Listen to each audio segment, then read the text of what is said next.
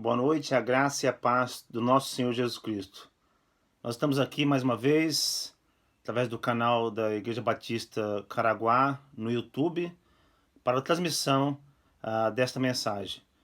Tenho trazido mensagens no livro de Salmos, e hoje nós vamos meditar no Salmo capítulo de número 1. Mas antes de nós entrarmos neste Salmo, eu gostaria de orar com você e dar aí uma breve introdução sobre o livro de Salmos, tá? Vamos orar. Pai bendito, nós louvamos o Teu nome, agradecemos pelo cuidado que o Senhor tem tido para com a nossa vida, pela Tua bondade e misericórdia derramada sobre nós. Abra o nosso coração para a Tua palavra, que possamos recebê-la, não como palavra de homens, mas como a palavra do Senhor, inspirada e suficiente. Que a Tua palavra transforme nossas vidas e que possamos andar nos Teus caminhos, fazendo a Tua vontade, Pai. Nós agradecemos pela a Tua misericórdia que tem se renovado sobre nossas vidas, pelo Teu cuidado contínuo, pela salvação em Cristo Jesus, nosso Senhor. Oramos por esse momento, por essa mensagem que vai ser transmitida, que Teu nome seja glorificado, Pai, em nome de Jesus. Amém. Você pode abrir sua Bíblia no Salmo capítulo 1, mas eu quero dar aqui uma breve introdução sobre o livro de Salmos, né? Eu tenho trazido mensagens em Salmos, né? Temos aqui pegado alguns Salmos e trazido aqui mensagens e algumas aplicações para nossas vidas, né? Um breve resumo sobre o livro de Salmos, né? Os autores dos Salmos, né? Davi, ele escreveu pelo menos 73 Salmos, né? O rei Davi. Nós temos também Asaf, escreveu 12 Salmos, né? Os filhos de Corá escreveram 10 Salmos. Salomão também escreveu 2 Salmos, o Salmo 72 e o Salmo 127. Moisés escreve pelo menos um Salmo, o Salmo 90, né? Emã escreve também o Salmo capítulo 88. Etã escreve um Salmo, o Salmo 89. E também temos vários salmos anônimos, né? Onde nós não temos ali o autor especificado. 50 salmos são anônimos, né? Os salmos são poesia hebraica, né? O saltério é composto de poesia hebraica, eram cânticos, né? Que eram entoados por Israel em diversas ocasiões, né? Então, o gênero literário dos salmos é poesia hebraica. A divisão do saltério, nós sabemos que todo o livro de Salmos está dividido em 5 livros, né? O livro 1, ele vai do Salmo 1 ao 41, né? Livro 2, ele vai do Salmo 42 ao 72. O livro 3, do Salmo 73 ao Salmo 89. O livro 4, ele vai do Salmo 90 ao 106. E o livro 5, do Salmo 107 a 150, né? Temos várias classificações de salmos, né? Por exemplo, nós temos salmos de louvor, temos salmos de lamento, né? Ou aflições da vida, né? Temos salmos de ações de graças ou de gratidão, né? Temos salmos didáticos ou sabedoria, instruções para uma vida reta. Mas também temos salmos de peregrinação, salmos de penitência, né? A maioria desses salmos de penitência, a maioria lida com o inimigo interior, ou seja, o pecado, né? E salmos messiânicos, né? Certamente há mais classificações para os salmos, né? Outras pessoas classificariam mais os salmos, né? Mas o Salmo capítulo 1, eu quero ler esse salmo, né? Esse salmo, ele serve basicamente como aí uma introdução de todo o livro de salmos, né? E o tema dele é tão relevante, né, quanto toda a Bíblia, porque fala de pessoas, fala de caminhos e fala de destinos, né? Ou seja, toda bem relevante e bem atual, porque toda a Bíblia fala de pessoas, caminhos e fala de destinos também, destinos finais, né? E esse Salmo, então, capítulo 1, é aquele que serve como uma introdução de todo o livro de Salmos, tá? Então eu quero ler esse pequeno salmo e diz assim: bem-aventurado o homem que não anda segundo o conselho dos ímpios, não se detém no caminho dos pecadores, nem se assenta na roda dos escarnecedores. Antes, o seu prazer está na lei do Senhor, e na sua lei medita de dia e de noite. Ele é como a árvore plantada junto à corrente de águas, que no devido tempo dá o seu fruto, e cuja folhagem não murcha, e tudo quanto ele faz será bem sucedido. Os ímpios não são assim. São, porém, como a palha que o vento dispersa. Por isso, os perversos não prevalecerão no juízo, nem os pecadores na congregação dos justos. Pois o Senhor conhece o caminho dos justos, mas o caminho dos ímpios perecerá, né? O Salmo capítulo 1 é um discorrer daquilo que, em grande parte, todo o saltério irá tratar, né? O caminho do justo, o caminho dos ímpios, né? O saltério, ele irá nos delinear, né? O que Deus espera da vida do justo, né? Aquele que Deus chama para si, né? É uma vida marcada pela justiça do Pai, né? E o que, por ser ele justificado pela justiça do Pai, ele encontra satisfação na lei de Deus, na palavra revelada de Deus, né? O que o leva a uma satisfação em Deus, mesmo em meio às adversidades, e isto que o torna feliz, porque o contentamento vem de Deus, ele encontra essa satisfação em Deus, mesmo no meio das adversidades, das lutas, o justo encontra essa satisfação. Ele é feliz porque encontrou a fonte da felicidade, que é o Senhor, que é a palavra do Senhor, né? E que no final a justiça imputada ao justo trará a aprovação, a justiça creditada unilateralmente na conta do justo é o que vai trazer a sua aprovação, né? Ao contrário do ímpio, o Salmo diz, né? Que não acha em Deus prazer e muito menos na palavra revelada de Deus. Então o ímpio ele se torna desdenhoso para com as coisas de Deus, né? O Salmo diz que os ímpios não subsistirão no dia do juízo, né? Não serão aprovados, né? Ao contrário, será comprovada a inutilidade, porque diz que são como palhas, né? O contexto dos Salmos, né, é a rebeldia do povo de Israel, a aliança quebrada, o cativeiro, né? O Salmo 1 é um chamado ao arrependimento e um chamado ao deleite na palavra de Deus, né?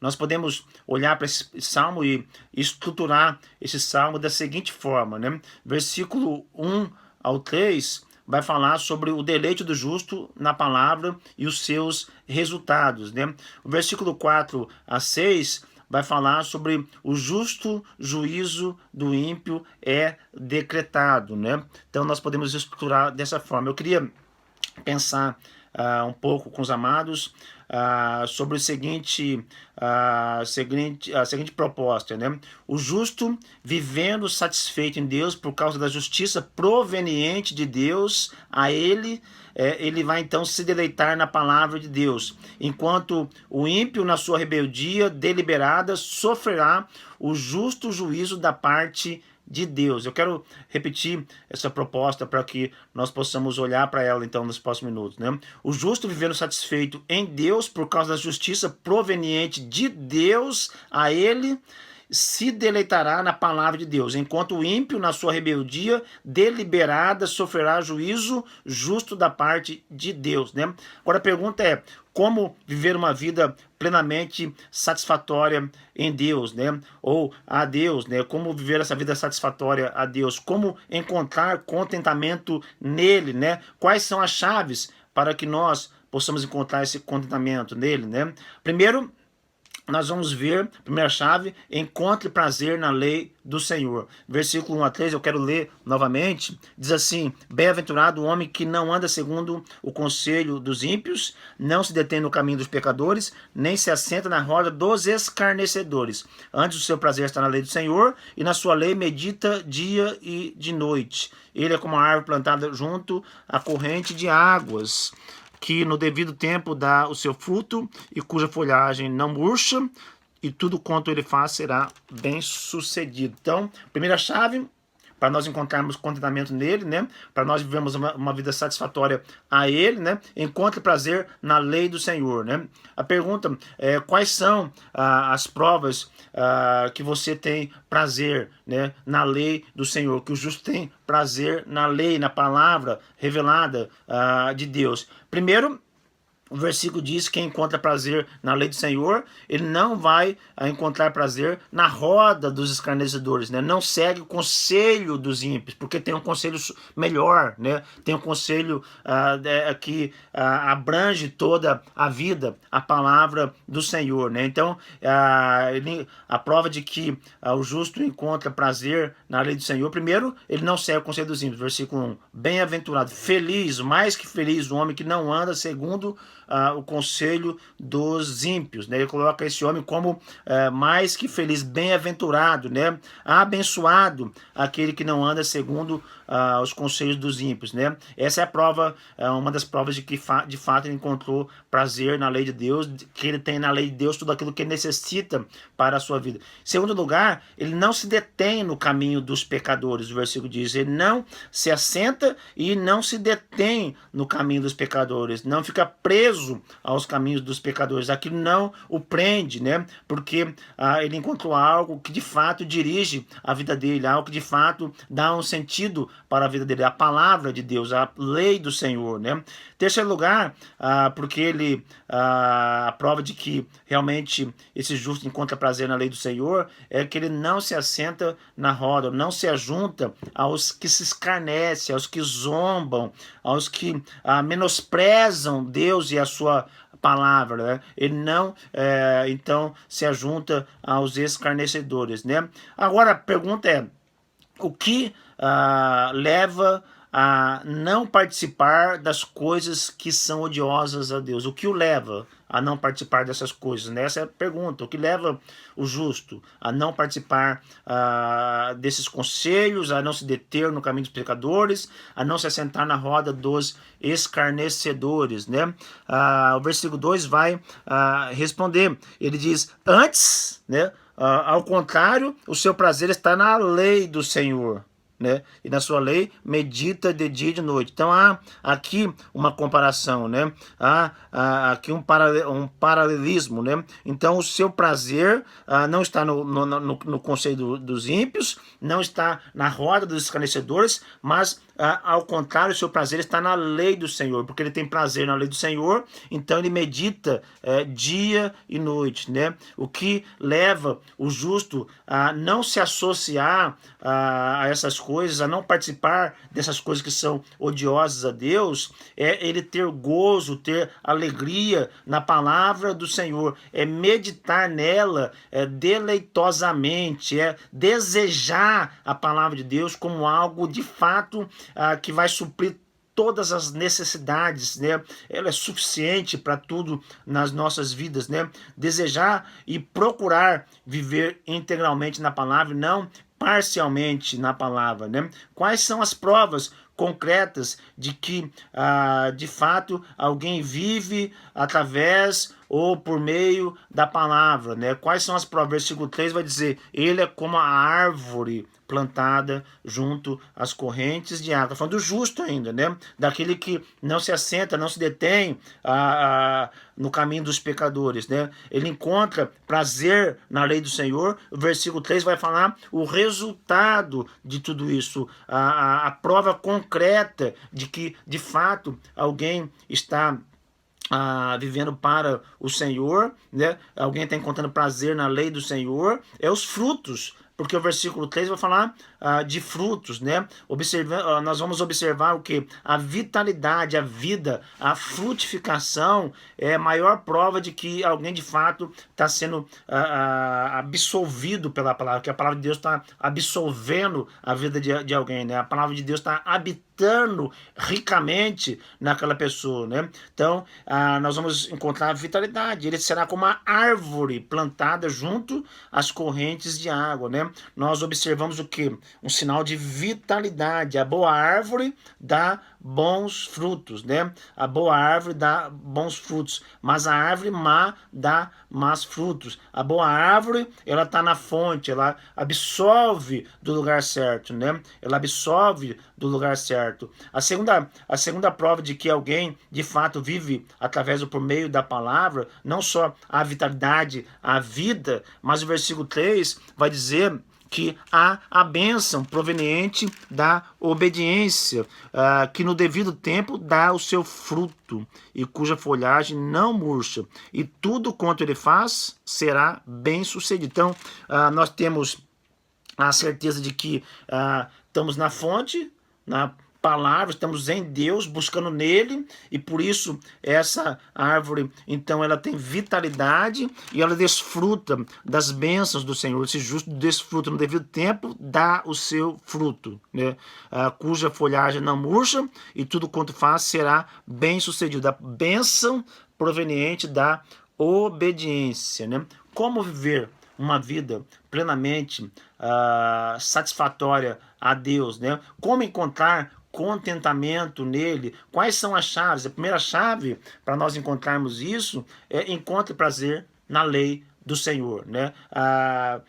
Que a palavra de Deus esteja sempre na parte da frente, que ocupe a nossa mente, né? A Bíblia diz para nós nos ocuparmos para meditar dia e noite na palavra, né, de Deus, que possamos fazer isso não meramente como um exercício religioso, mas como algo vital para as nossas vidas, como algo de extrema importância para a nossa sobrevivência espiritual, né? De extrema necessidade. Salmo é um salmo maravilhoso, um salmo que abre aqui o saltério, que introduz todo o livro de Salmos, que fala de fato como o justo que encontrou essa satisfação em Deus vive o resultado dele viver na palavra de Deus, né? Nós vamos olhar aqui uma segunda prova, né? Ou uma segunda chave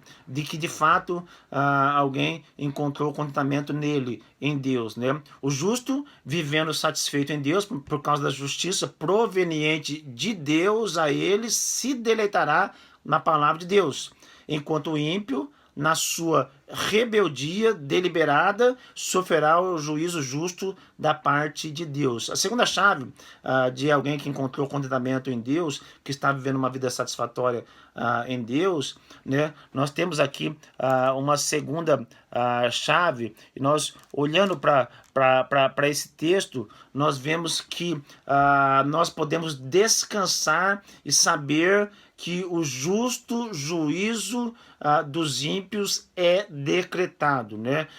Sabemos que Deus há um tempo específico onde ele vai julgar, né? Onde ele vai trazer o juízo. Até o salmista Asaf, no Salmo 73, se não me engano, ele fala, né? Quanto a mim, os meus pés quase se desviaram, né? Porque ele ficou olhando e vejando, né? Mas depois entrei na casa de Deus e vi o fim dos ímpios, né? São como palha, ele vem e vai, desaparece, mas um dia Deus vai chamar a todos ao juízo, né? Todos vão comparecer perante o Senhor, né? Então, a segunda chave que nós podemos de fato encontrar contentamento em Deus é nós descansarmos que Deus vai tratar com os ímpios. Deus tem um tempo determinado para tratar com o ímpio. O justo juízo de Deus sobrevirá sobre o ímpio, porque Deus já decretou isso. Versículo 4 a 6 vai dizer: os ímpios não são assim. Então há uma comparação, há um paralelismo aqui. Os ímpios não são assim. Ou seja, ele descreve o justo e a bem-aventurança de um justo, né? E por causa de Deus, não por causa da nossa justiça, mas por causa de Deus, da palavra revelada de Deus e o deleite que nós devemos encontrar nela. Mas aí o versículo 4 a 6, ele vai dizer: os ímpios não são assim, né? Ele vai mudar esse tom e dizer que os ímpios, pelo contrário, são como a palha que o vento dispersa. Por isso, os perversos não prevalecerão no juízo, nem os pecadores na congregação dos justos. Pois o Senhor conhece o caminho dos justos, mas o caminho dos ímpios perecerá, né?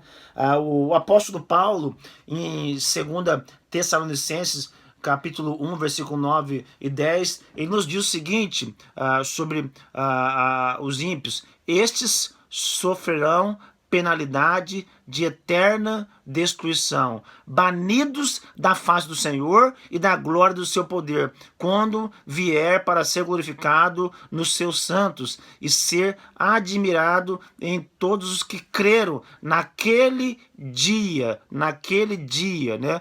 Porquanto foi crido entre vós o nosso testemunho. Então está dizendo que os ímpios, os perversos, vão sofrer penalidade de eterna destruição, banidos da face de Deus e da glória do seu poder, né? Quando Cristo vier para ser glorificado nos seus santos, né?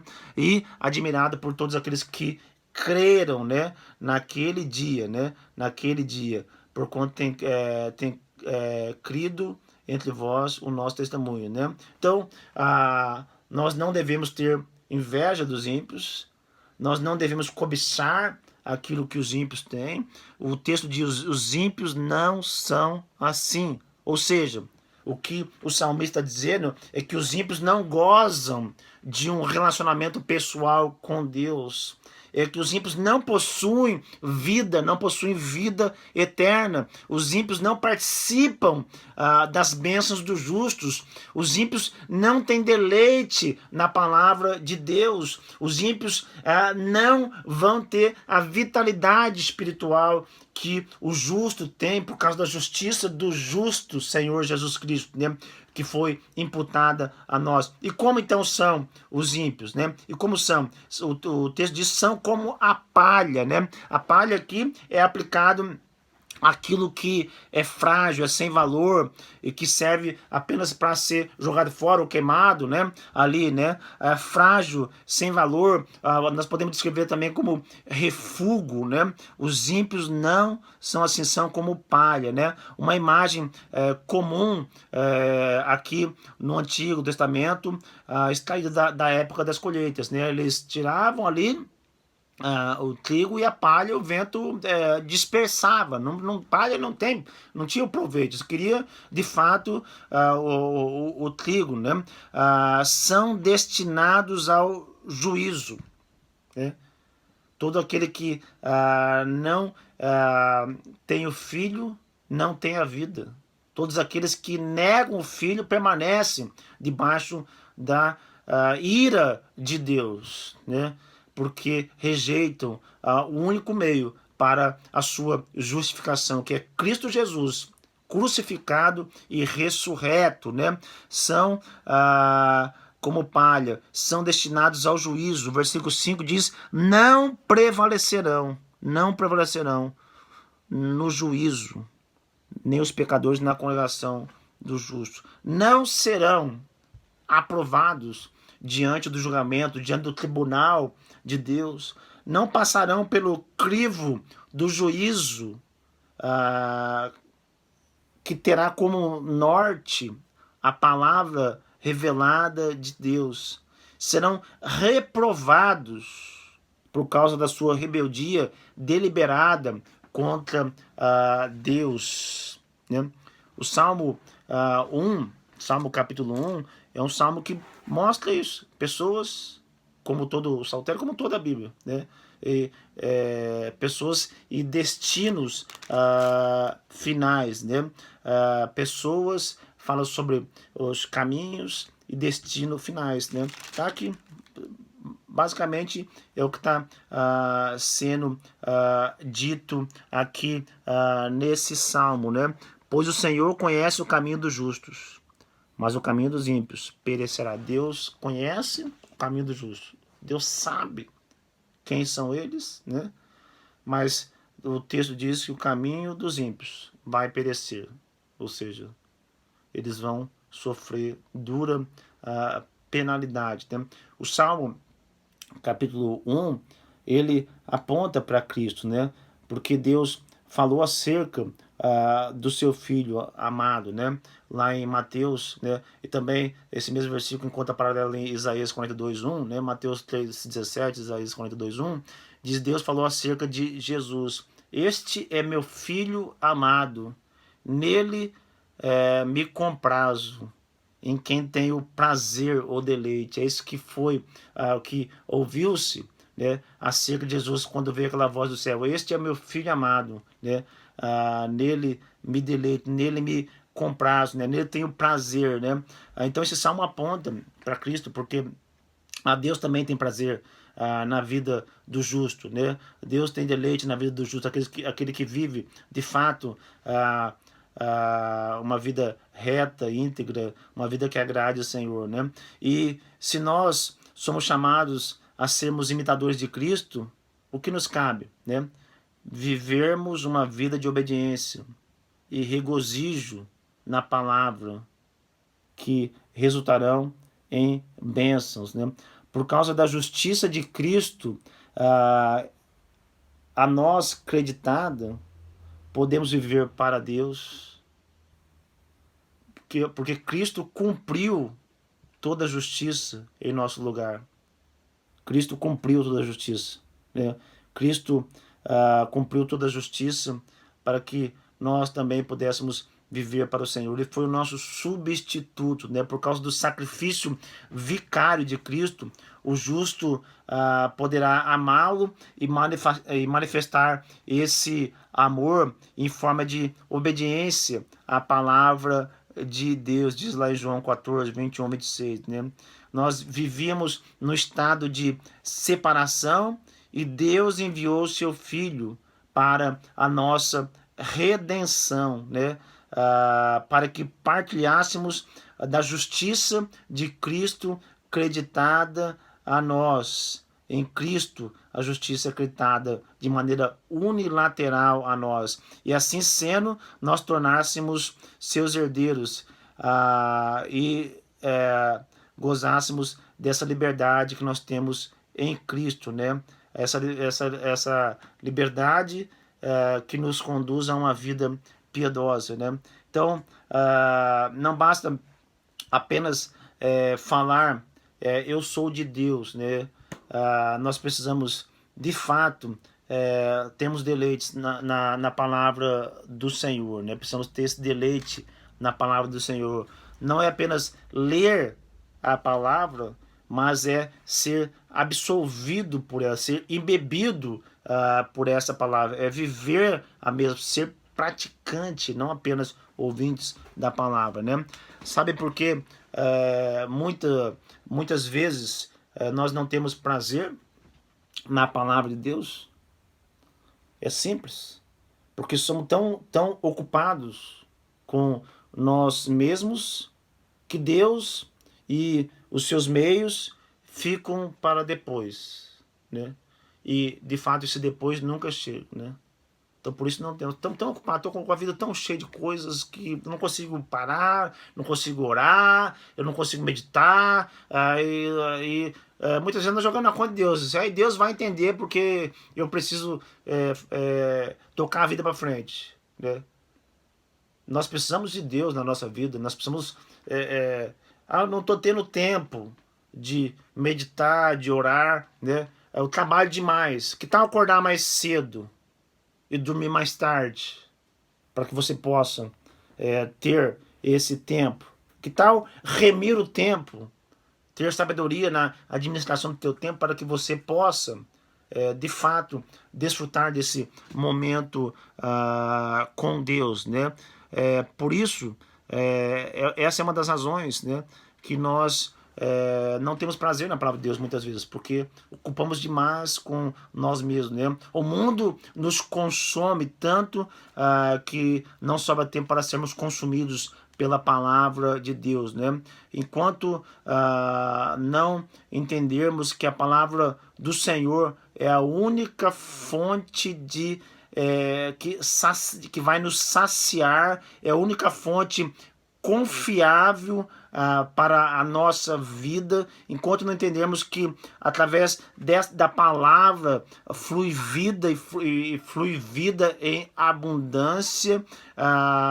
O único meio de endireitarmos as nossas veredas é por meio da palavra revelada, né? Então, se nós não entendermos isso, nós vamos literalmente batermos cabeça e vivemos numa eterna meninice ou imaturidade, né? Uma eterna imaturidade, né? Quando estamos na presença do Senhor, ou seja, num relacionamento com Ele e não com o mundo e com o nosso ego. Então, passamos a olhar pela perspectiva do Senhor, o destino dos ímpios e o destino do justo, né? Do qual todo crente em Cristo Jesus, lavado pelo sangue do Cordeiro, que de fato foi a Cristo, não por causa da sua justiça, mas por causa da justiça dele, por causa do chamado eficaz dele, nós fomos a Cristo, né? Então, quando nós olhamos as coisas dessa perspectiva, olhamos que Deus tem um destino dos ímpios e Deus tem um destino dos justos. Há um dia determinado para o julgamento de todos aqueles que viram as costas para o Senhor e para a sua palavra, né? Será um dia amargo, sim, será um dia amargo, será um dia de choro, de ranger de dente, será um dia de murmúrio, de muitos gemidos, né? Deus não tem prazer na morte do ímpio, né? A Bíblia diz, nem nós devemos ter prazer, né? Antes devemos apresentar as boas novas aos ímpios. Antes devemos falar dessa salvação. Antes devemos recomendar Cristo a todos, né? Mostrando a suficiência do sacrifício dele, né? Nós estamos numa semana em que celebramos a Páscoa, né? Em que celebramos a ressurreição, né? Semana da Paixão. Hoje é considerada sexta-feira da Paixão, né? Cristo ressuscitou no domingo, né? Cristo está vivo, né? Ele foi feito juiz dos vivos e dos mortos, né? Precisamos anunciar essa salvação a todos, né? A Páscoa, ela revela juízo, mas também revela libertação através de um cordeiro, né? E todo aquele que obedecem a lei do Senhor e vão a Cristo arrependidos pela fé, né? Este salmo ele vai falar sobre dois estilos de vida, o estilo de vida dos ímpios e do justo, dois destinos, né? Dos ímpios e do justo, né?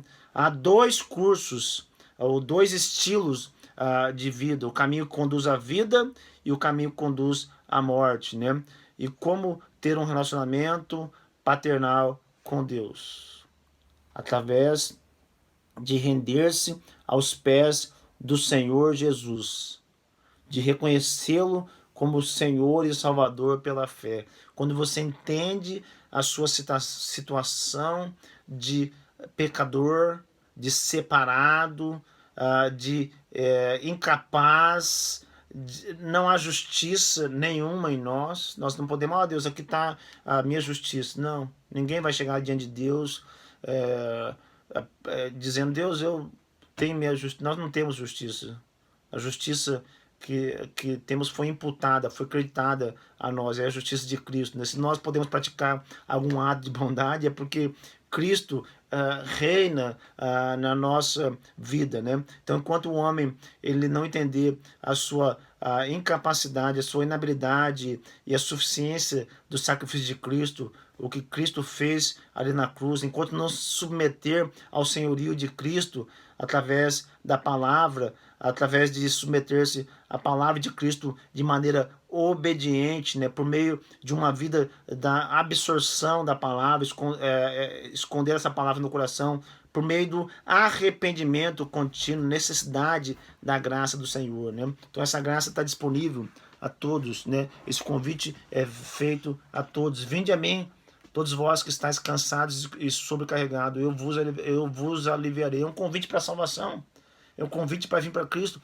É um convite para, de fato, trilhar o caminho do justo, né? De ter a sua conta paga, no sentido de que não há nenhuma condenação para aqueles que estão em Cristo, né?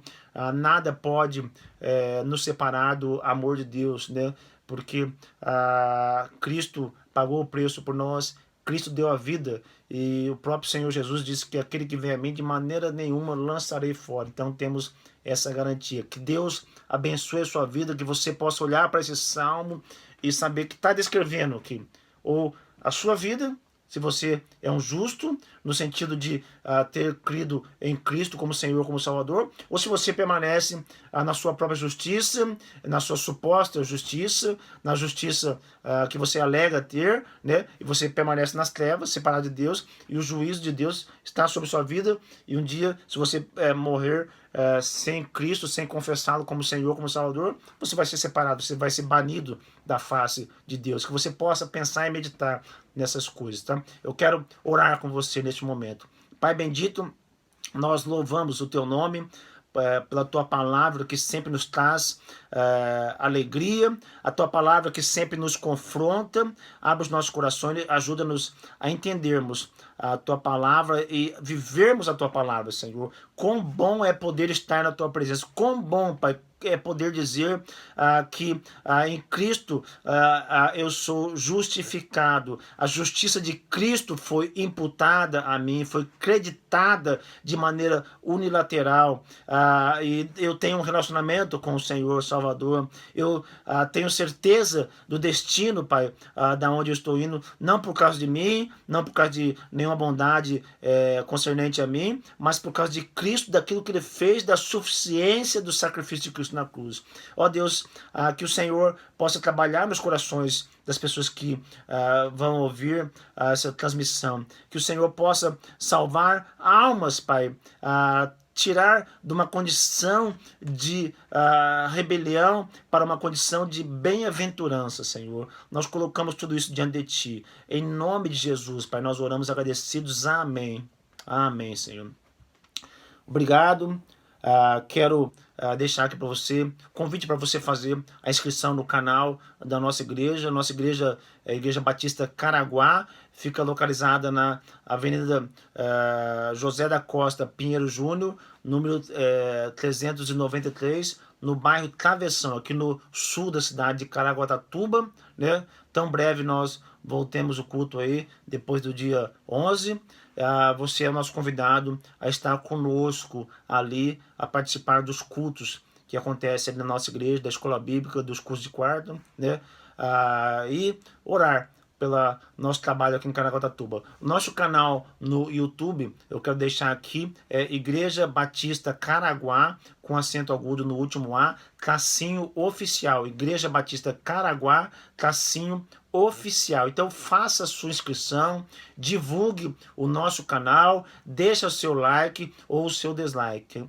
Deus abençoe sua vida, Deus abençoe sua família, Deus abençoe o seu domingo, o dia do Senhor, que você possa glorificá-lo em todos os momentos. Obrigado pela sua atenção, que o Senhor continue o fortalecendo.